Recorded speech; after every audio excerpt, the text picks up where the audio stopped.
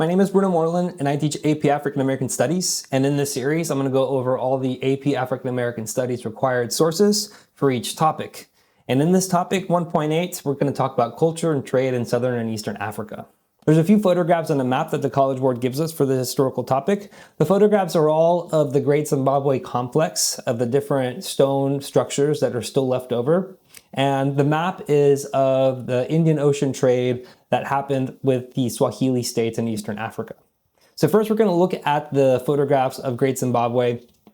Great Zimbabwe was inhabited between the 11th and the 15th century by the Shona people. By 1450 is when there was a clear decline or a different kingdom that arose within that same region. At its height, it had about 20,000 inhabitants, and three different parts of the archaeological ruins, the Great Enclosure, the Valley Complex, and the Hill Complex, all served a different and distinct purpose within Great Zimbabwe. A little bit about the architecture of Great Zimbabwe. The reason why it's so significant is because they used great large stones of granite and they put them together without the use of mortar. So there's no sort of cement that's holding these stones together in place. And so for that reason, archaeologists think that they may have not really been used as a form of defense. Instead, they were used as a way to show their power and their wealth.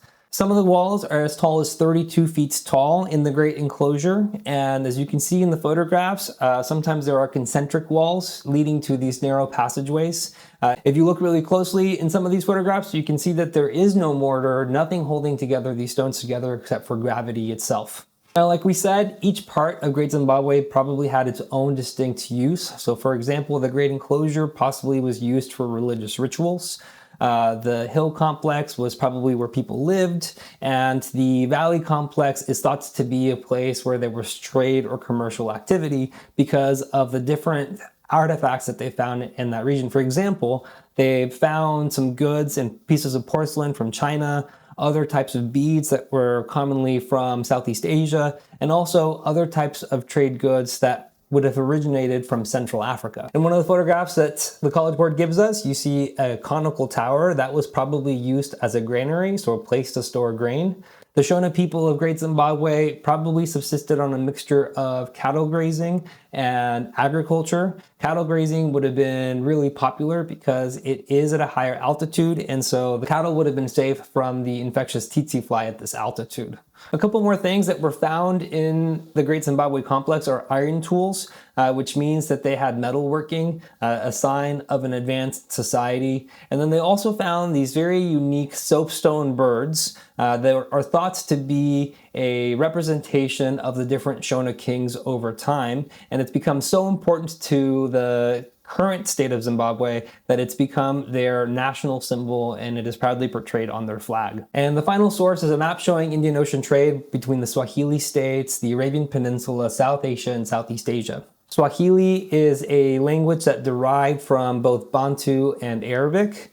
Islam started to spread around the 800s CE. Arabic started to be adapted into the existing Bantu languages of the eastern coast of Africa around 900 CE. Swahili stands for of the coast, so it refers to the people who live along the coast of Africa, and it derives from an Arabic word. Part of the reason why the trade was possible at all is because of the monsoon winds. So these are seasonal winds that at some parts of the year would blow eastward, and it would allow the boats going from East Africa going down to Asia, and then at a different part of the year they would blow westward, so all the traders going back home or people in South Asia and Southeast Asia could then sail to the east coast of Africa for trade goods. The Swahili coast evolved with a number of city-states along that coast, so there wasn't one large empire or civilization. Instead, it was a set of different important cities that were centers of trade.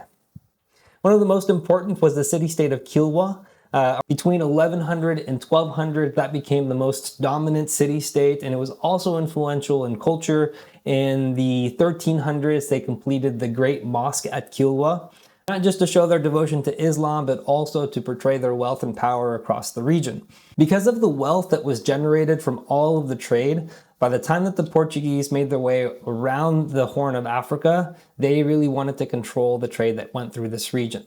So coming in from the east, there were spices, silk, porcelain, other types of ceramics, glass beads, and things that were going out of the Swahili states to Asian customers. There was gold, ivory, animal hides, some copper, and also enslaved people. The Portuguese came to dominate the Swahili coast trade by the end of the 15th century, and they did deal with enslaved people during that time, but the Portuguese were actually expelled later on in the 18th century by the Sultanate of Oman.